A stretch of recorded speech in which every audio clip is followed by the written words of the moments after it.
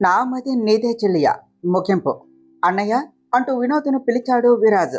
వినోద్ బయట దెబ్బలతో నడవలేక నడుస్తూ వస్తూ ఉన్న నితిన్ను తీసుకుని వచ్చి పడేశాడు. రేయ్, ఇప్పుడు అన్ని నిజాలు చెప్పకపోతే మిగిలిన ప్రాణం ఇక మిగలదు అన్నాడు విరాజ్. అన్న వద్దు, నేను అంతా ఒప్పుకుంటాను. సార్, మీరు అనుకున్నట్టు విఠలు మంచివాడు కాదు. మీ ముందు అలా యాక్ట్ చేస్తున్నాడు. అదంతా కూడా ఇందు కోసమే. ఇందు చెప్పింది అంతా నిజమే. ఆ రోజు కాలేజీలో కూడా మేమే కావాలి అని ఇందు ఇమేజ్ డ్యామేజ్ చేస్తే ఇందు విఠల్ను పెళ్లి చేసుకుంటుంది అని అనుకుంటే ఇందు కేసు పెట్టేసరికి ఆంటీ వచ్చారు. ఇందు వాళ్ళ అమ్మ నాన్నను చంపేశారు అని చెప్పాడు నితిన్. ఓడి అమ్మ, ఇలాంటి రాక్షసుడిగా నా కూతుర్ని ఇవ్వాలి అని అనుకున్నది నా కూతురు బ్రతికిపోయింది. ఇప్పుడు మళ్ళీ ఆస్తి కావాలి అంటే చిన్నలుడు వెనకే పడాలా?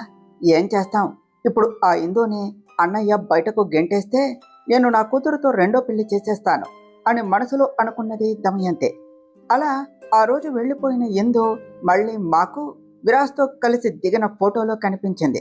అప్పుడే ఇందు ఎక్కడ ఉన్నదో తెలిసింది. తన కోసం ఆంటీని స్వయంగా వస్తూ ఇద్దరికి యాక్సిడెంట్ అయ్యి ఆంటీ చనిపోయారు. విఠల్ కోమాలోనికి వెళ్ళాడు. విఠల్ కాన్షియస్లోనికి వచ్చాక ఇందుని తీసుకుని వెళ్ళటం కోసమే ఇక్కడ ఉన్నాడు. తనకు ఇందుకి విరాజు అడ్డంగా ఉన్నాడు అనే చంపాలి అని అనుకున్నాడు. నేను ట్రక్తో యాక్సిడెంట్ చెయ్యాలి అని అనుకుంటే విరాజు తప్పించుకున్నాడు అంటూ ఇక చెప్పలేక కింద పడిపోయాడు నితిన్. విన్నారుగా నాన్న, ఇదే నిజం. ఈ విఠల్ పేరు విన్న రోజే నాకు అనుమానం వచ్చింది. ఇందుని ఆ రోజే అడిగాను, కానీ ఇది పిచ్చిది. వాడు గతం మర్చిపోయాడు అది ఇది అంటూ దానికి అదే ఒక స్క్రిప్ట్ రాసుకొని ఆ రోజు నాకు చెప్పకుండా మాట దాటేసింది. పిచ్చి, నీ మనసులో ఏమున్నదో నాకు తెలియదా? ఆ రోజు నాకు అనుమానం వచ్చింది. నాకు యాక్సిడెంట్ అయిన రోజు. అది యాక్సిడెంట్ కాదు అని రియలైజ్ అయ్యాక నా డౌట్ క్లియర్ అయ్యింది. అది కన్ఫర్మ్ చేసుకోవటానికి నీ కోసం వెళ్ళాను. ఎందు నువ్వు చెప్పకపోయినా నీ మనసులో ఏమున్నదో నాకు బాగా తెలుసు. నా అన్న కొడుకు అని చెప్పుకునే నీ అన్న కొడుకు చేసిన పని కళ్ళ ముందే ఉన్నది నాన్న. ఏమనుకున్నావు బ్రో? నువ్వు కథలు చెప్తే చెవులు అప్పగించి వింటాను అని అనుకున్నావా? నా ఇందుని నువ్వు ఎంత టార్చర్ చేశావో అన్నీ చూస్తూనే ఉన్నాన్రా. నువ్వు ఏం చేసినా ఆ బాధ బేర్ చేసింది, కానీ నాతో చెప్పాలి అని అనుకోలేదు. కానీ నిన్ను చూస్తూ ఉంటే అసహ్యం వేస్తుంది. తమ్ముడు వైఫ్ అని తెలిసినా వదలకుండా అంటూ మళ్ళీ మొహం మీద పిడిగుద్దులు గుద్దాడు విరాజ్. విరాజ్ గారు వద్దు, ఆగండి అంటూ విరాజును వెనక్కు లాగింది ఇందు. ముందు వాడిని కాదే నిన్ను కొట్టాలి అంటూ ఇందుని కొట్టడానికి చంప వరకు చేయి తెచ్చి దించేస్తూ, నీకు ఎన్నిసార్లు చెప్పానే, ఏమైనా ఉన్నదా అంటే చెప్పు అని అడిగితే ఎందుకే నన్ను ప్రతిసారి నీకు దూరంగా ఉంచుతావు అన్నాడు విరాజ్. క్షమించండి విరాజ్ గారు, మీ ప్రేమ తెలిసి కూడా చెప్పకుండా ఉంటానా? చెప్పాలి అని అనుకుంటూనే ఉన్నాను, కానీ ప్రతిసారి ఏదో ఒక భయం. ఈ నిజం తెలిస్తే మీరు మామయ్య గారు బాధపడతారు. మీకు వాడికి గొడవలైతే మామయ్య బాధపడతారు. నా వల్ల ఈ ఫ్యామిలీ డిస్టర్బ్ అవుతుంది అని ఆగిపోయాను అంటూ విరాజ్ను హక్ చేసుకుని ఏడుస్తూ చెప్పింది ఇందు. విరాజ్ ఇందు తల నిమరుతో, నా హ్యాపీనెస్ నువ్వు ఇందు, నువ్వు బాధలో ఉంటే నేను హ్యాపీగా ఉంటానా అంటూ పక్కన పడిన గ్లాస్ తీసుకొని విఠల్ రావటం చూసి ఇందుని పక్కకు నెట్టేస్తూ విఠల్ గుండెలపై లాగిపెట్టి కొడుతూ, నా ఇందు నీడ టచ్ చేయాలి అన్నా కూడా నన్ను దాటి రావాలి, మర్చిపోకు అంటూ సీరియస్గా వార్నింగ్ ఇచ్చాడు. అప్పటికే తగిలిన దెబ్బలకు విఠల్ మళ్ళీ లేవలేక కింద పడ్డాడు. అన్నయ్య, పోలీసులు ఎక్కడి వరకు వచ్చారో కనుక్కో అన్నాడు విరాజ్. విరాజ్, పోలీసులేమిటి అన్నారు మహాదేవయ్య గారు. నాన్న, నీ అన్న కొడుకు ఏం ఉత్తముడు కాదు. వాడి అమ్మ చేసిన నేరాలు, ముంబైలో 1,00,000 cases, drugs main, illegal businesses, ఇంకా చెప్పుకుంటూ పోతే బుక్కు సరిపోదు. ఇందు వాళ్ళ అమ్మ నాన్నను చంపినందుకు మొత్తము కలిపి నా కొడుకు లైఫ్ లాంగ్ శ్రీకృష్ణ జన్మస్థానమే. ఈ ప్రూఫ్స్ కోసమే వెళ్ళారు. ఈ ప్రూఫ్స్ చాలు. నువ్వు చేసిన దానికి నాకే నిన్ను చంపేయాలి అని ఉన్నదిరా. కానీ అలా చేస్తే నాకు నీకు తేడా ఏమిటి? ఆడపిల్ల మనసు గెలిచినవాడు మగాడు, కానీ తన జీవితాన్ని నాశనం చేసేవాడు కాదు. నీ వల్ల ఎందు ఎన్ని రోజులు నరకం చూసిందో అంతకు 10 times నువ్వు నరకం చూడాలి. ఒంట్లో బ్లడ్ ఉరకలిస్తూ ఉంటే నచ్చింది చేశావు. జైలులో ఆ బ్లడ్ చచ్చిపోతూ ఉంటే బ్రతికి ఉండటం కంటే చావే నయం అని అనుకుంటూ చచ్చే రోజు కోసం వెయిట్ చేయాలి అన్నాడు విరాజ్. అంతలో పోలీసులు అక్కడకు వచ్చి విఠల్ను అండ్ నితిన్ను అరెస్ట్ చేసి తీసుకుని వెళ్ళిపోయారు. అమ్మా, బుల్లిబావకు నాకు పెళ్లి చేస్తాను అన్నావు కదే, ఈ పెళ్లి కూడా ఆగిపోయినట్టేనా అని సుభద్ర తింటూ అడిగింది. దమయంతి ఏడవలేక నవ్వుతూ ఉన్నది. విరాజుకు తగిలిన దెబ్బలకు కింద పడిపోతూ ఉంటే ఇందు విరాజును పట్టుకుని సోఫాలో కూర్చోపెట్టింది. విరాజ్ అన్నారు మహాదేవయ్య గారు. చూశారా, నా అన్న కొడుకు అంటూ తీసుకుని వచ్చి ఎంత చేశారు. ఈరోజు తన వల్ల నా కొడుకు కోడలు దూరమయ్యే పరిస్థితి వచ్చింది అన్నారు పార్వతి గారు. విరాజ్, వాడు అలా తయారవుతాడు అని అనుకోలేదు. నన్ను క్షమించు. నా అన్న కొడుకు తనలాగానే ఉంటాడు అని అనుకున్నా కానీ అమ్మ పెంపకంలో ఇలా అవుతాడు అని అనుకోలేదు. ఇన్నాళ్ళు చదువు కుటుంబాన్ని దూరం చేస్తుంది అనే భ్రమలో ఉన్నాను. కానీ పెంపకం బట్టి అంటూ నువ్వు రుజువు చేశావు ఇందు. నిజంగా నిన్ను కన్న తల్లిదండ్రులు చాలా అదృష్టవంతులు. ఇంత మంచి కోడలు వచ్చినా మేము అదృష్టవంతులం. చదువు నేర్పిన సంస్కారం అర్థం చేసుకుంటే కుటుంబాలు విడిపోవు అని నువ్వు నిరూపించావు. మా కోసం ఆలోచిస్తూ ఇన్నాళ్ళు ఈ బాధ అనుభవించావా? ఈరోజు నువ్వు నా కోడలు అయినందుకు నాకు గర్వంగా ఉన్నది. నా నిర్ణయం తప్పు కాదు అని మళ్ళీ నిరూపించావు ఎందు అన్నారు మహాదేవయ్య గారు. అలా అనకండి మామయ్య గారు, మీరందరూ నా వాళ్ళు. నాకు ఇంత ప్రేమ దక్కటానికి కారణం మీరు. మీరే లేకపోతే నేను ఈరోజు విరాజ్ గారిని పెళ్లి చేసుకునేదాన్నే కాదు. ఈ ఆనందం నాకు దగ్గరయ్యేది కాదు. అలాంటి మీకోసం ఇది నాకు పెద్ద బాధ అని అనిపించలేదు. మీ మాటల్లో మీ అన్నయ్య అంటే ప్రేమే కనిపించింది. ఆ ప్రేమ మీరు విఠల్ మీద చూపించారు. మీ ప్రేమలో తప్పు లేదు, కానీ ఆ ప్రేమను చూపించే మనిషిలో తప్పు. ప్రాణం పోసే డాక్టర్ చదువుతో ప్రాణాలు తీసే కిరాతకుడు అయ్యాడు అన్నది ఇందు ఇంకా అదంతా వదిలి, అది గతం. దాన్ని మర్చిపో. మళ్ళీ వాడు నీ లైఫ్లోనికి రాలేడు. నా ఇందు జోలికి వస్తే ఎవడిని వదలను అన్నాడు విరాజ్. విరాజ్ ఇందు ఇద్దరికి ఒకరి మీద ఒకరికి ఉన్న ప్రేమను చూస్తూ అందరూ హ్యాపీగా ఫీల్ అవుతూ ఉంటే ఒక్కరంటే ఒక్కరు కళ్ళల్లో నిప్పులు పోసుకుంటూ ఉన్నారు. కానీ ఆ నిప్పులు మాత్రం బయటకు కక్కే సాహసం చేయలేకపోతోంది. పొరపాటును చేసిన ఆ నిప్పుల్లో తననే పడేస్తాడేమో అనేసి నిమ్మకున్నది దమయంతి. తనలో లేచిన జంతువును నిద్రపుచ్చుతూ, అమ్మయ్యా ఎందు, అన్ని ప్రాబ్లమ్స్ తీరిపోయాయి కాబట్టి ఇక ఇద్దరూ హ్యాపీగా ఉండండి. విరాజ్, నీకు ఈ విషయం ముందే తెలిసి కూడా తెలియనట్టు ఉన్నావా అన్నది లత. అంతే కదా వదిన, మీ చెల్లెం తక్కువ, మరి దానికి తగ్గట్టు ఉండొద్దా అన్నాడు విరాజ్. అందుకేనా సాయంత్రం కాల్ చేసి మమ్మల్ని పాలు తాగొద్దు అన్నావు, కానీ ఎందుకు వద్దు అన్నావు అని అడిగింది లత. ఓ బురదపాము విషం కక్కింది, అది ప్రమాదం కాకపోయినా జాగ్రత్తగా ఉండాలి కదా అంటూ దమయంతిని చూస్తూ, పాము ఎలాంటిదైనా కాటు వేయాలి అని చూస్తే కూరలు పీకేస్తారు, ఏమంటావత్తా అన్నాడు విరాజ్. అంతే బాబు, అంతే, నాకు నిద్ర వస్తుంది, వస్తాను చిన్నాలుడు, జాగ్రత్త అంటూ దమయంతి సుభద్రాన్ని తీసుకొని అక్కడి నుంచి పారిపోయింది. ఆలస్యమైంది, ఇక అందరూ వెళ్ళి పడుకోండి, ఏమైనా ఉంటే పొద్దున్నే చూద్దాం. ఇందు, విరాజ్ను లోనికి తీసుకుని వెళ్ళు అన్నారు మహాదేవయ్య గారు. ఇందు విరాజ్కు హెల్ప్ చేస్తూ తనను తీసుకుని పైకి వెళ్ళింది. ఏమండి, ఏమిటి విరాజ్ని అలా చూస్తున్నారు అని అడిగారు పార్వతి గారు. వీడు అల్లరి చేస్తూ నా మాట వినకుండా ఉంటే ఏమవుతాడో అని అనుకున్నా, కానీ బంగారం లాంటోడు అవుతాడు అని అనుకోలేదు.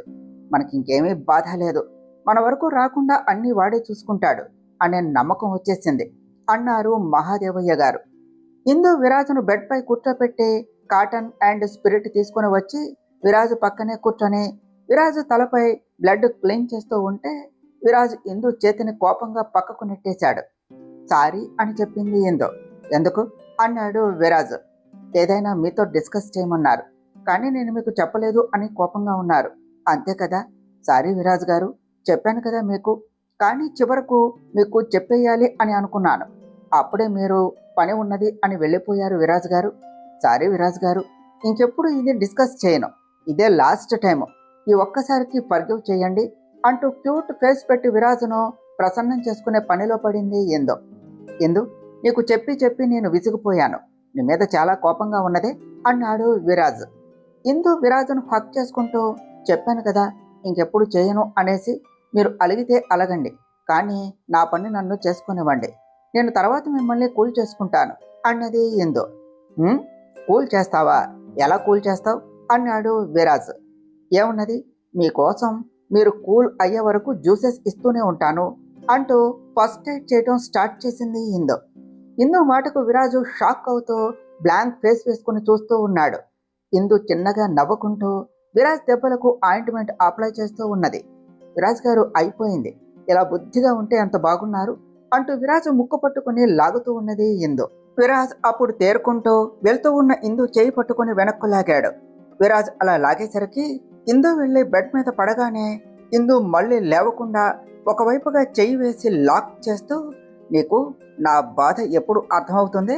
నా ప్రేమను అర్థం చేసుకోవా ఇందు? నీకోసం ఎప్పుడు నేను ఆలోచిస్తూ ఉంటే నువ్వు కనీసం నా కోసం థింక్ చేయవు.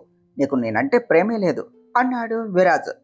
విరాజ్ అలా బాధగా అంటూ ఉంటే ఇందు విరాజును తన మీదకు లాగేసుకుంటూ విరాజు లిప్స్ పై ముద్దు పెట్టింది.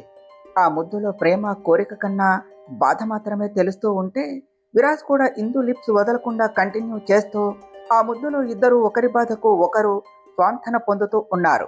5 నిమిషముల తర్వాత విరాజ్ కళ్ళల్లోనికి చూస్తూ, విరాజ్ గారు కోపం పోయిందా? నాకు మీరంటే ప్రేమ విరాజ్ గారు. నాతో ఇలా మాట్లాడకుండా ఉంటే నేను ఉండలేను. నాతో మీరు మాట్లాడాలి, గొడవ పడాలి, అల్లరి చెయ్యాలి, ఆట పట్టించాలి. అలా ఉంటేనే నాకు ఇష్టం. అంతేకాని ఇలా కాదు. నేను తప్పు చేస్తే తిట్టండి, అంతేకాని ఇలా మాట్లాడకుండా ఉండకండి. కావాలంటే కొట్టండి, కానీ మెల్లిగా కొట్టండి అంటూ పప్పీ ఫేస్ పెట్టి అడిగింది ఇందు. విరాజ్ ఇందుని చూస్తూ నుదుటిన ముద్దు పెట్టి, ఇంకెప్పుడు ఇలా ఒక్కదానివే పెయిన్ తీసుకోకే. నువ్వు అలా ఉంటే నాకు ఎలా ఉంటుంది చెప్పు? యు ఆర్ మైన్ ఇందు అన్నాడు విరాజ్. అయితే మా ఆయన కోపం పోయినట్టేనా విరాజ్ గారు అంటూ అల్లరిగా అడిగింది ఇందు. మాయ చేసి లిప్ జ్యూస్ ఇచ్చావు కదా, నా కోపం పోయింది, నీ మీద ప్రేమ పెరిగిపోయింది అన్నాడు విరాజ్. అయితే మీకు కోపం వచ్చినప్పుడల్లా ఈ జ్యూస్నే ఇస్తానులే విరాజ్ గారు అంటూ సిగ్గుపడుతూ విరాజ్ను చూడలేక కనురెప్పలు కిందకు వాల్చేసింది. అంతలో ఏదో గుర్తుకు వచ్చినట్టు, విరాజ్ గారు మీకు ముందే ఎలా తెలిసింది, ఎప్పుడు తెలిసింది అంటూ ఆశ్చర్యముగా అడిగింది ఇందు. నేనెందుకు చెప్పాలి? నేనేమి చెప్పను. నువ్వు ఏవైనా చెప్పావు అంటే సీక్రెట్స్ మెయింటైన్ చేయటం నీకు బాగా తెలుసు. నేను నీ దగ్గరే నేర్చుకున్నాను కదా అన్నాడు విరాజ్. విరాజ్ గారు అంటూ ఇందు కదిలేసరికి విరాజ్కు దెబ్బ తగిలి ఆ అంటూ చిన్నగా మూలిగాడు. విరాజ్ గారు ఏమైంది అన్నది ఇందు. పులిసిపోయింది ఇందు, కాస్త చూసుకోవే అన్నాడు విరాజ్. సారీ ముందు విషయం చెప్పండి విరాజ్ గారు. సస్పెన్స్ మెయింటైన్ చేయటం నా వల్ల కాదు. ప్లీజ్ చెప్పేయండి అన్నది ఇందు. అబ్బా ఆగవే చెప్తాను. ఆ రోజు నిన్ను అడిగాను కదా, నువ్వు కాదు అన్నావు. కానీ నీ కళ్ళు నాకు చెప్పేశాయి. నిన్ను ఇబ్బంది పెట్టలేక ఆ రోజు నుంచి వాడిని అబ్జర్వ్ చేస్తున్నాను. డట్టే ఫెల్లో. ఆ వెధవ చూపులన్నీ నా పెళ్ళం మీదే. వాడు నిన్ను చూస్తూ ఉంటే చంపేయాలి అనిపించేది. వాడి గురించి ఎంక్వైరీ చేస్తే వాడు నువ్వు చదివిన కాలేజీలోనే చదివినట్టు తెలిసింది. కానీ చిన్న డౌట్, ఇద్దరూ ఒక్కరా కాదా అనేసి. ఆ డౌట్ క్లారిఫికేషన్ కోసం ఇంకా క్లోజ్గా అబ్జర్వ్ చేశాను. ఎక్కడ చిన్న క్లూ కూడా లేకుండా యాక్ట్ చేశాడు. నాకైతే నేనే మిస్లీడ్ అయ్యానా అని అనిపించింది. అప్పుడే నా కారుకు యాక్సిడెంట్ జరిగింది. కాస్తలో మిస్ అయ్యాను. తరువాత షాండిలియర్ అందరూ టెన్షన్గా ఉంటే వాడు కోపంగా కిందకు వచ్చాడు. అప్పుడే శార్థులకు కాల్ చేసి నీ కాలేజీలో విఠల్ ఫోటో ఇవ్వగలవా అని అడిగితే వాడు పంపించాడు. అప్పుడు కన్ఫర్మ్ అయింది. వెధవ షాక్ మాత్రం తెలియకుండా మేనేజ్ చేశాడు. ఆ నైట్ వాడితో నువ్వు మాట్లాడుతూ ఉంటే నీకు నా మీద ఉన్న ప్రేమను చూస్తే కోపంలో కూడా భలే ఉన్నది ఇందు. నా భార్యకు నా మీద ఎంత ప్రేమ ఉన్నదో ఆ రోజే చూశాను. అండ్ అప్పుడే ఫిక్స్ అయ్యాను ఇందు, వాడిని విత్ ప్రూఫ్స్ పట్టుకోవాలి అని. కానీ నువ్వు వాడికి భయపడుతున్నావు. అందుకే నీకు ధైర్యం చెప్పి విషయం అన్నయ్యకు చెప్పి ఇద్దరం వెళ్ళాం.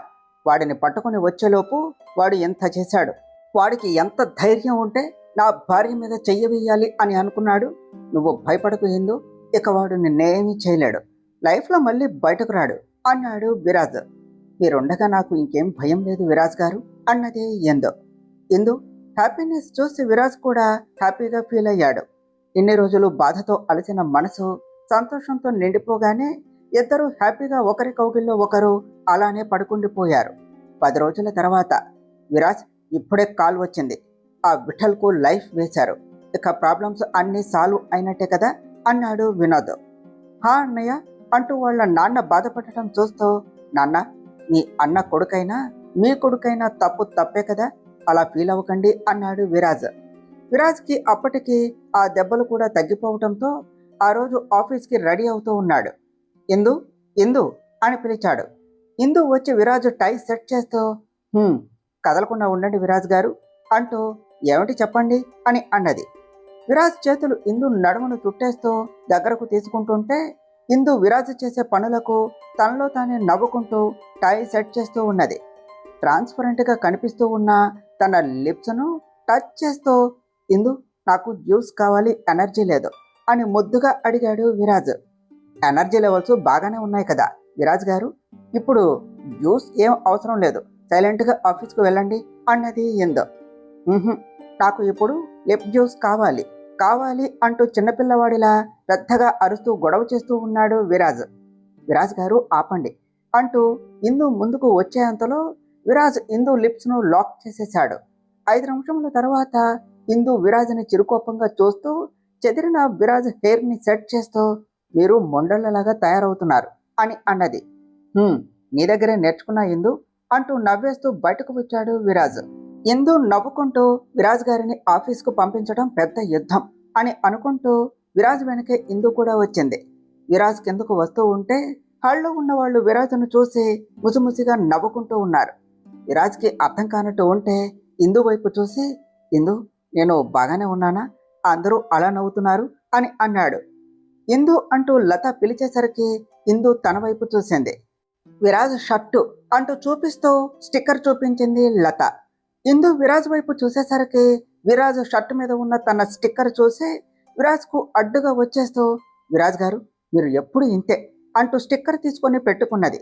"హలో హలో, వచ్చేస్తున్నాను" అంటూ విరాజ్ బయటకు, కుక్కర్లో కిచెన్ విజిల్ వేస్తుంది అంటూ ఇందు లోపలకు పారిపోయారు.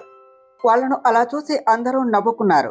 ఆ రోజు సాయంత్రం విరాజ్ ఆఫీసు నుండి లోపలికి వస్తూనే "ఇందు" అంటూ విరాజ్ ఇందుని ఎత్తుకుని తిప్పేస్తూ ఉన్నాడు. "విరాజ్ గారు, నా కళ్ళు తిరుగుతున్నాయండి" అన్నది ఇందు. విరాజ్ ఆపేసరికి ఇందు విరాజ్ మీద పడిపోతూ "ఏమైందండి, ఇలా తిప్పుతున్నారు" అని అన్నది. "నా ఇందు డాక్టర్ ఇందుమతి అయిపోయింది" అంటూ మళ్ళీ ఎత్తుకుని తిప్పాడు విరాజ్. "విరాజ్ గారు" అంటూ విరాజ్ మెడ చుట్టూ చేతులు వేసి విరాజ్ కళ్ళల్లో ఆనందాన్ని చూస్తూ ఉన్నది ఇందు.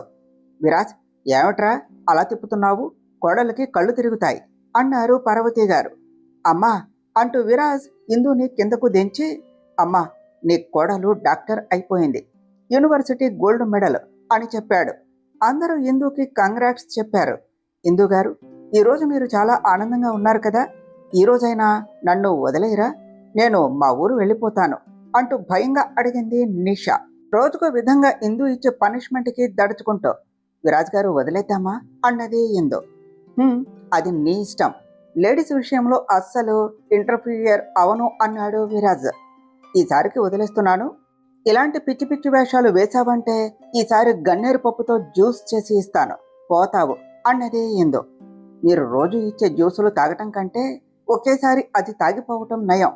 జీరా జ్యూసు, ఆవాల జ్యూసు, చివరికి మిగిలిపోయిన పప్పును కూడా జ్యూస్ చేసి తాగించింది" అని ఏడుస్తూ చెప్పింది నిషా. "ఒసేయ్, నా మీదే కంప్లైంట్స్ ఇస్తావా, ఇక్కడే ఉండవే, ఇప్పుడే నీకోసం స్పెషల్గా పుడితి నీళ్ళతో జ్యూస్ చేసి తీసుకుని వస్తాను" అన్నది ఇందు. "అమ్మో, మీతో మీ ఆయన ఫ్యూచర్ ఏమిటో" అంటూ బయటకు పారిపోయింది నిషా. అందరూ ఇందుని చూసి నవ్వుతూ ఉన్నారు, ఒక్కరు మాత్రం భయపడుతూ ఉన్నారు. ఇందు ఎక్స్పెరిమెంట్స్ ఇన్నాళ్ళు నిషా మీద చేస్తూ తనను వదిలేసింది. ఈ రోజు నుంచి ఆ పిచ్చి జ్యూసులకు నేనే బలి అనుకుంటూ భయపడుతూ ఉన్నది దమయంతి. "విరాజ్ గారు, మీరు కూడా నవ్వుతూ ఉన్నారేమిటి" అంటూ విరాజును చిరుకోపంగా గుండెలపై కొడుతూ సిగ్గుతో విరాజు కౌగిలిలో మొహం దాచేసుకున్నది ఇందు. నెక్స్ట్ డే ఇందుకి తన క్యాంపస్లో డాక్టరేట్ సర్టిఫికెట్ ఇస్తూ గోల్డ్ మెడల్ ఇవ్వగానే ఆ మెడల్ను చూస్తూ విరాజ్ దగ్గరకు వచ్చి విరాజ్ చేతుల్లో పెడుతూ "ఆ రోజు మీరు అడిగారు కదా విరాజ్ గారు, ఇది మీకోసమే" అంటూ విరాజ్కు ఇచ్చింది. "నాకు ఇంతకన్నా విలువైన బంగారం దొరికింది, అది చాలు" అంటూ ఇందుని దగ్గరకు తీసుకున్నాడు విరాజ్. తర్వాత రోజు విరాజ్ ఆఫీస్ నుండి కారులో వస్తూ "నా తిక్కల పిల్లం డాక్టర్ అయినా కూడా ఇంకా మా మధ్య ఈ దూరం ఏమిటే, ఇక లాభం లేదు, త్వరగా ఇందుతో కొన్ని రోజులు సంతోషంగా గడపాలి, ఇన్ని రోజులు అంటే ఈ టెన్షన్స్ అన్నీ ఉన్నాయి, ఇప్పుడు ఇక నేను నా ఇందు మాత్రమే" అనుకుంటూ ఇంటికి వచ్చేశాడు. మార్నింగ్ ఈవినింగ్ అయితే అందరూ ఇంట్లోనే ఉంటారు, ఇదే కరెక్ట్ టైము. అనుకుంటూ ఆఫ్టర్నూన్ టైంలో ఇంటికి వచ్చాడు విరాజ్. ఇందు కోసం చూస్తూ కిచెన్లో ఉన్న ఇందుని చూసి, దీనికి కుక్ చేయటం సరిగా వస్తే ఇక్కడే ఉండిపోయేదేమో, ఏదో పెళ్ళైన కొత్తలో నేర్చుకోమన్నా ఇంకా నేర్చుకునే పనిలోనే ఉన్నది అనుకుంటూ ఇందుని అలా చూస్తూ ఉన్నాడు. కిచెన్లో చెమట పట్టి చీరను ఒకవైపునకు తీసుకుని వచ్చి కొంగును నడుమున దోపి చెమటకు అంటుకుపోయిన ముంగురులను వెనక్కు అనుకుంటూ ఉన్నది ఇందు.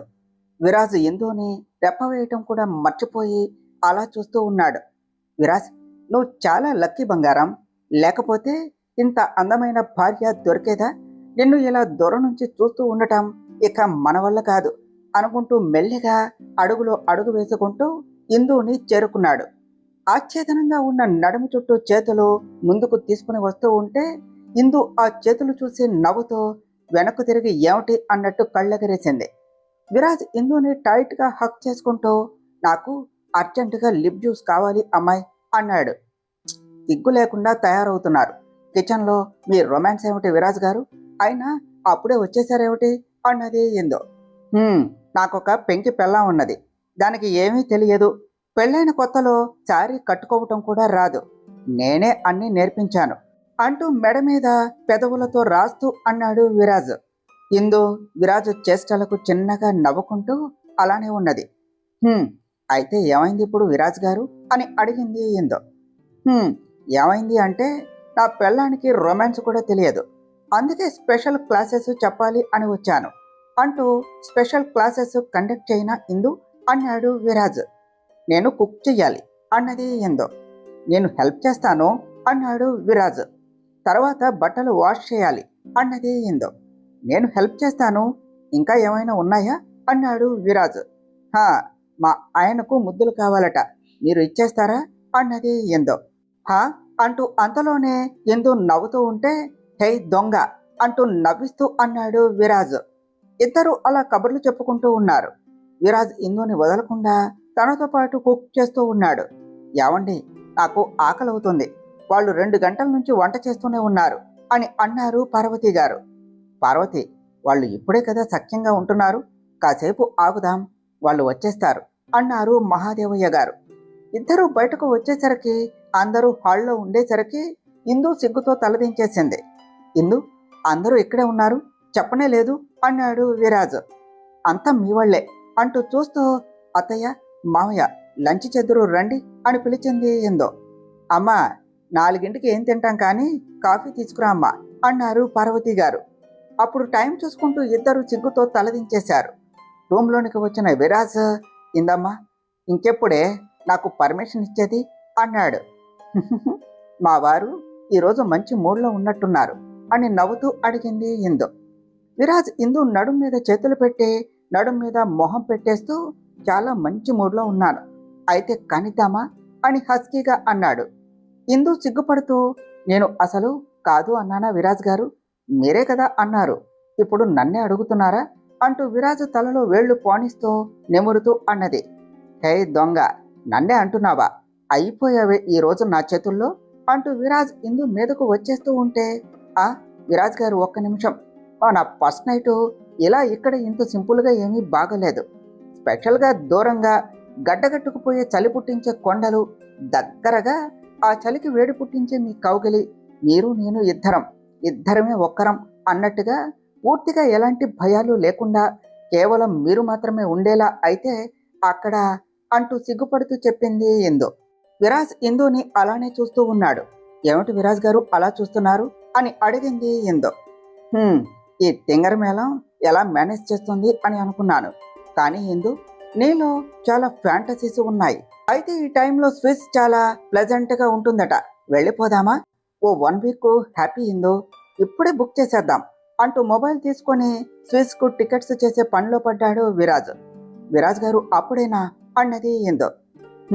పెళ్ళయి 1 ఇయర్ దాటింది, అప్పుడే కాదే అనాల్సింది, ఇంత లేట్ ఏమిటి అనాలి అంటూ అంతలో కాల్ వస్తూ ఉంటే సీరియస్గా చూస్తూ ఉన్నాడు విరాజ్.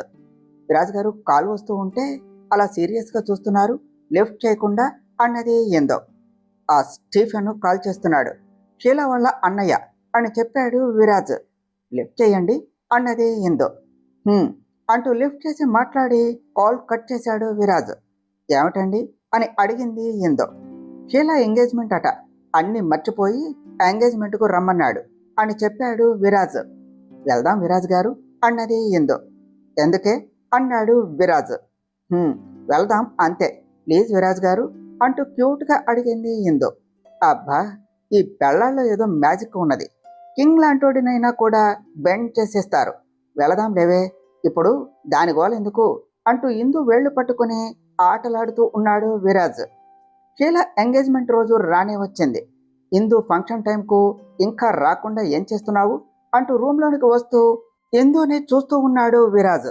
విరాజ్ గారు బయటకు వెళ్ళండి, నేను శారీ కట్టుకుని వచ్చేస్తాను అన్నది ఇందు. ఇందు లెట్ మీ హెల్ప్ అన్నాడు విరాజ్. "హ్మ్, హ్మ్, వద్దు విరాజ్ గారు, మీరు వెళ్ళండి, నేను వచ్చేస్తాను" అన్నది ఇందు. "హ్మ్, నేనే కడతాను" అన్నాడు విరాజ్. "వద్దులేండి, నేనే కట్టుకుంటాను, నాకు వచ్చు" అన్నది ఇందు. "హ్మ్, అబ్బా, నీకు శారీ కట్టడం నేర్పింది నేను, ఇప్పుడు నన్నే వద్దు అంటున్నావా" అంటూ శారీ తీసుకొని పళ్ళు మొత్తం తన మీదకు వేసుకొని ఇందుకి శారీ కడుతూ ఉన్నాడు విరాజ్. "ఇందు" అంటూ లోనికి వచ్చిన లత విరాజును ఇందుని అలా చూసి వెనక్కు తిరిగేస్తూ నేను మళ్ళీ వస్తాను" అంటూ వెళ్ళిపోయింది. "విరాజ్ గారు" అంటూ కోపంగా చూసింది ఇందు. "హిహిహి, నేను మళ్ళీ వచ్చేస్తా" అంటూ బయటకు జంప్ అయ్యాడు విరాజ్. "కంగ్రాట్స్ షీలా, మొత్తానికి పెళ్లి చేసుకోవటానికి ఒప్పుకున్నావు" అన్నది ఇందు. షీలా కోపంగా చూస్తూ "నేను ఒప్పుకోలేదు, ఒప్పుకునేలాగా చేశారు" అంటూ బుసలు కొడుతూ ఉన్నది. షీలా మారితే భార్యగా బాగుపడతావు, నేనైతే నువ్వు చేసిన దానికి చాలా పర్సనల్ గ్రడ్జ్ పెట్టుకొని ఉన్నాను. ఏదో పెళ్లి చేసుకుంటున్నావు, నీ లైఫ్ నాశనం చేయడం ఇష్టం లేక కూల్గా ఉన్నాను. నా విజన్ అయితే నిన్ను చూడగానే పిచ్చి కొట్టుడు కొట్టాలి అని అనుకున్నాను. బుద్ధిగా ఉంటే పెళ్ళి, ఇప్పుడు ఎంగేజ్మెంటు అన్నీ చూస్తావు, లేదనుకో మెడికోలో ఒక డ్రగ్ ఉన్నది, అది కనుక ఓవర్ డోస్ ఇస్తే నువ్వు వినగలవు, చూడగలవు, కానీ మాట్లాడలేవు, పైకి కూడా లేవలేవు, బెడ్కి పర్మనెంట్ అవుతావు. వార్నింగ్ అనుకోకు, నిజంగా నిజం, నిన్ను చంపేయాలి అన్నంత కోపం ఉన్నది, కానీ మెచ్చుకోవాలి. నన్ను విరాజ్ గారిని వేరు చేయడానికి బాగానే ప్లాన్ చేశావు, మొత్తానికి దొరికిపోయావు. అందరూ చూస్తున్నారు, కాస్త నవ్వవే, లేకపోతే నేను నిన్ను బెదిరిస్తున్నాను అని అనుకుంటారు. కానీ నేను చెప్పేది మర్చిపోకు, లైఫ్లో నాకు విరాజ్ గారికి మధ్యలోనికి రాకుండా నీ మొగుడితో ఎలా ఉండాలో ఆలోచించుకో అంటూ అక్కడి నుండి విరాజ్ దగ్గరకు వచ్చింది ఇందు. ఇద్దరు కారులో ఇంటికి స్టార్ట్ అయ్యారు. ఇందు, షీలాకి బాగా వార్నింగ్ ఇచ్చినట్టు ఉన్నావు అన్నాడు విరాజ్. ఇవ్వటం కాదు, చంపేసినా తప్పులేదు, నన్ను చాలా ఏడిపించింది దాన్ని అంటూ కోపంగా చూస్తూ ఉన్నది ఇందు. డాక్టర్ పాప, మోసపోతే మోసం చేసేవాళ్ళు అడుగడుగునా ఉంటారు, షీలా కూడా అంతే అన్నాడు విరాజ్.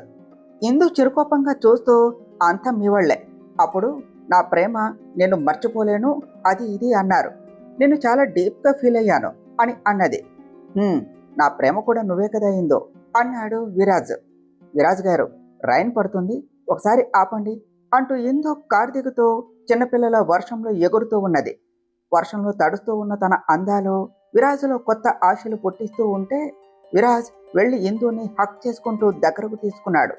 విరాజ్ అలా పట్టుకోగానే ఆ చల్లదనానికి చల్లబడిన శరీరంలో కొత్త కొత్త కోరికలు, కొత్త ఆనందం కోరుతూ ఉంటే ఇందు కూడా విరాజ్ను హక్ చేసుకున్నది. విరాజ్ తనలో మొదలైన తమకాన్ని ముద్దులతో చల్లార్చుతూ ఇందుని అలానే ఎత్తుకుని కారులోనికి తీసుకుని వెళ్ళాడు.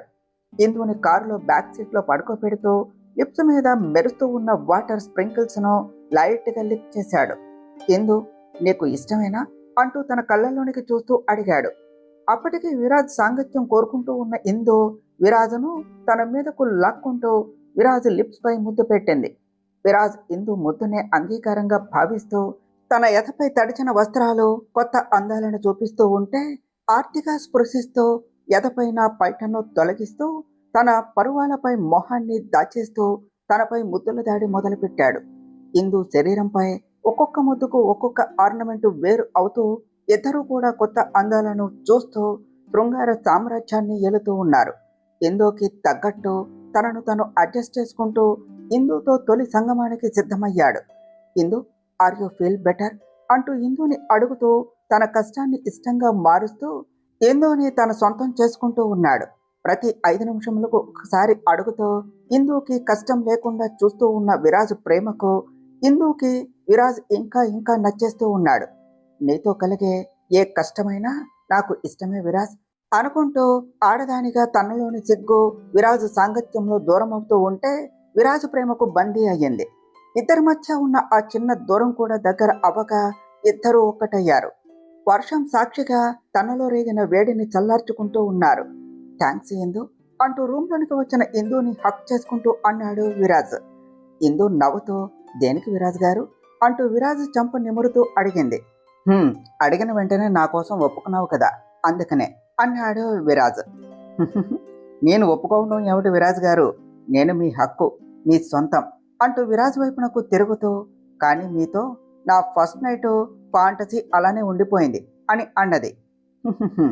ఎవరో ఏదో పాటలో అన్నట్టు ప్రతి రాత్రి వసంత రాత్రి అలానే ప్రతి రాత్రి మొదటి రాత్రి అలానే కదా అంటూ నవ్వుతూ ఇందుని దగ్గరకు తీసుకుంటూ నా భార్య కళ ఫుల్ఫిల్ చేసే రైట్ నాదే కదా, మనం రేపే వెళ్తున్నాం బంగారం అంటూ నుదుటిపై ముద్దు పెట్టాడు విరాజ్.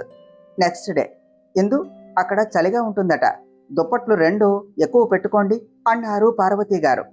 ఇందు దుప్పట్లు అవసరమా, ఇద్దరు ఉంటారు కదా, ఇంకా చలి వేయదు కదా అన్నది లత. అక్క అన్నది ఇందు. అంతే కదా, ఇంకా నిన్ను మా మరిది వదలడేమో, మొదటిసారి కదా భయపడకు అన్నది లత. అక్క నీకు ఒక సీక్రెట్ చెప్పనా, మా ఫస్ట్ నైట్ నిన్న కారులోనే అయిపోయింది అని సిగ్గుపడుతూ చెప్పింది ఇందు.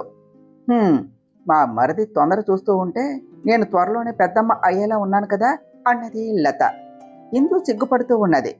ఇద్దరూ ఫ్లైట్ టైం అవుతుంది అని అక్కడి నుంచి ఎయిర్పోర్టుకు వెళ్లి గగన సౌదాలకు ఎగిరిపోయారు. ప్రతిరోజు ఆనంద తీరాలను చూస్తూ కొత్త జీవితాన్ని ప్రారంభించారు. ఇందు అంటూ తన కౌగిలిలో ఉన్న ఇందు చెంపలు నిమురుతూ పిలుస్తూ ఉన్నాడు విరాజ్. చెప్పండి విరాజ్ గారు అన్నది ఇందు. మళ్ళీ కావాలి అంటూ ఇందు బుగ్గను ముద్దాడుతూ హస్కీగా అడిగాడు విరాజ్. ఇందు విరాజును అల్లుకుపోతూ నేను ఎప్పుడు మీదాన్నే విరాజ్ గారు అంటూ తన గుండెలపై ముద్దాడుతూ ఉన్నది. అంటూ తన గుండెలపై ఉన్న ఇందును చూసి తనను గట్టిగా పట్టుకొని నా మది నిండిన చెల్లి, నా మది మాత్రమే కాదు నేను కూడా నీవాడినే చెల్లి అంటూ ఇద్దరికి నిండుగా దుప్పటి కప్పేస్తూ ఇందుని మళ్ళీ తన సొంతం చేసుకుంటూ తనను తీగలా పెనవేసుకుని పోతూ ఉన్నాడు విరాజ్. స్విట్జర్లాండ్ మంచు కొండల్లో విరాజ్ ఇందుల సరసాలు అల్లరి ప్రేమతో ఒకరిని ఒకరు పూర్తిగా సొంతం చేసుకున్నాక రోజులు నెలలు గిర్రున తిరిగిపోయాయి. కాలం ఎంత వేగంగా మారింది అంటే మహాదేవయ్య గారి ఇంటిలో సరికొత్త సంతోషాల మువ్వల సవ్వడి మొదలయ్యింది. 2 సంవత్సరాల తర్వాత బాబుని అలా గాలిలో తిప్పకండి, ఇప్పుడే పాలు తాగాడు, కడుపులో తిప్పి కక్కేస్తాడు, కాస్త కూర్చోబెట్టండి అంటూ లత కిచెన్లో నుంచి అరుస్తూ బయటకు వచ్చింది. హాల్లో సోఫాలో కూర్చున్న వినోద్ తన 2 సంవత్సరాల ముద్దల బాబు ఆర్యన్ని పట్టుకొని ఆడిస్తూ ఉన్నాడు. బాబు అచ్చం వినోద్ పోలికలతో ఇల్లంతా తన కేరింతలతో అల్లరి పిడుగులా తయారు అయ్యాడు. పోవే లత, నా కొడుకుని నిన్ను ఎలా ఆడించుకుంటే నీకెందుకు, అసలే మీ మరిది గారు నీ చెల్లెమ్మ కలిసి పాపని నా దగ్గరకు రానియకుండా వాళ్లే ముద్దు చేస్తున్నారు అంటూ నవ్వుతూ బాబుతో ఆడుకుంటూ ఉన్నాడు వినోద్. అంతలోనే రూమ్లో నుంచి విరాజ్ 9 నెలల బుజ్జి పాపాయిని శ్రీజాను చేతుల్లోనికి ఎత్తుకుని వచ్చి పాప బుగ్గల మీద ముద్దల వర్షం కురిపిస్తూ ఉన్నాడు.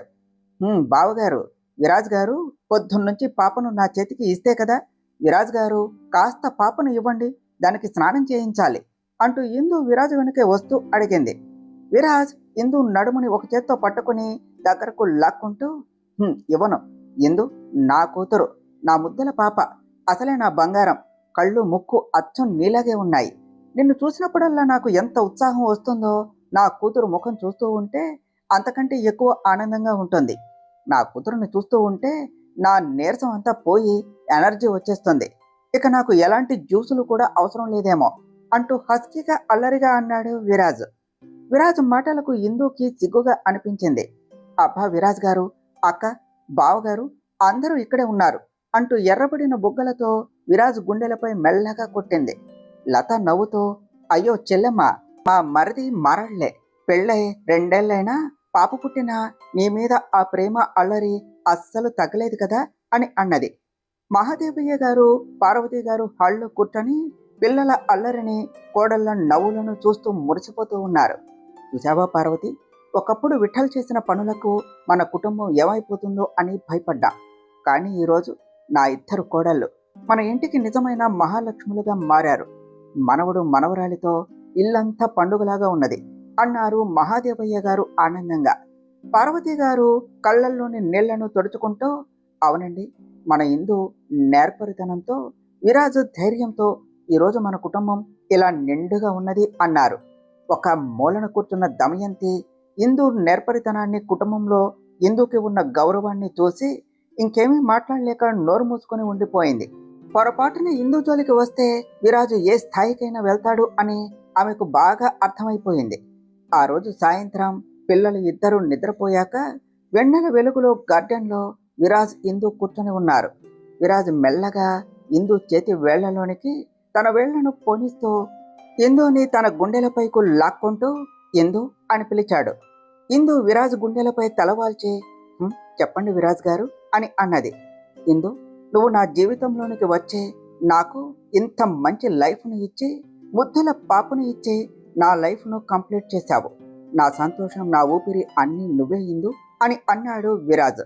ఇందు నుదుటిపై ప్రేమగా ముద్దు పెడుతూ, ఇందు విరాజ్ కళ్ళలోనికి చూస్తూ చిన్నగా నవ్వుతూ, ఓ తండ్రికి మీరు మంచి కొడుకు, ఓ అన్నకు మంచి తమ్ముడు, ఇప్పుడు ఓ కూతురుకు మంచి నాన్న, కానీ నా వరకు మాత్రం మీరు నా ప్రాణం విరాజ్ గారు. మీరు పక్కన ఉంటే నాకు ఈ లోకంలో ఎలాంటి భయమూ లేదు. నా మది ఎప్పటికీ మీదే విరాజ్ గారు అంటూ విరాజును గట్టిగా హక్ చేసుకున్నది. విరాజ్ ఇందుని తన కౌగిలిలో బంధించాడు. ఈ ఇరువురి బంధం ఎప్పుడు ఇలానే ఉండాలి అని ఆశిస్తూ, నామది నీదే చెలియా. విరాజ్ మది నిండిన చెలి ఇందు కోసం తన చెలికాని ప్రేమ. డియర్ ఫ్రెండ్స్, మీకు కనుక ఈ కథ నచ్చినట్లయితే మీ అభిప్రాయాలను కామెంట్ల రూపంలో తెలియచేయండి. ఈ వీడియోను లైక్ చేయండి, షేర్ చేయండి, మా ఛానల్ను సబ్స్క్రైబ్ చేసుకోండి ఫ్రెండ్స్. Thank you.